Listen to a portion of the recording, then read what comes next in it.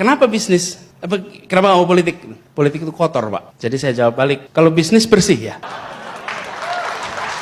Bersih atau kotor itu cara kita menjalani, bukan soal sektor. Sektor manapun bisa bersih dan kotor, tapi cara menjalaninya menunjukkan integritas yang kita miliki. That's the answer.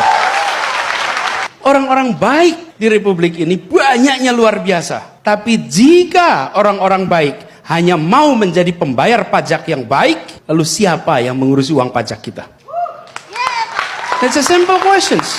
Siapa? Semua yang berada di ruangan ini. Jika Anda tadi siang kerja, maka Anda bayar pajak rutin. Dan pajaknya impresif jumlahnya. Makin hari porsi pajak kita dalam APBN luar biasa besar. Pertanyaannya, siapa yang memanage itu jika orang baik hanya mau menjadi pembayar pajak yang baik? Nah sayangnya iklan-iklan di mana-mana adalah jadilah warga negara yang baik dengan jadi pembayar pajak yang baik. Tidak ada iklan yang bilang jadilah pengelola pajak yang baik. Nah kita semua harus mulai memikirkan ulang ini.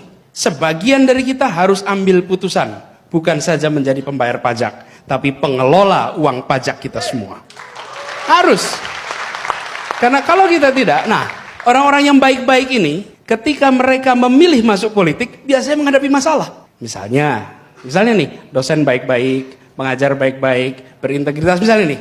Terus namanya muncul caleg. Sekampus mendiskusikan, sakit apa dia itu sampai mau jadi caleg? Ada apa yang terjadi sampai mau jadi caleg? Ini mindset kita. Kita cenderung jika orang tak bermasalah masuk politik dipermasalahkan. Tapi jika orang yang bermasalah masuk politik justru tidak kita permasalahkan. Itu yang kita masalahkan. Jadi kalau ada orang yang bermasalah masuk politik, ya sudah harusnya gitu kan, karena kita diemin.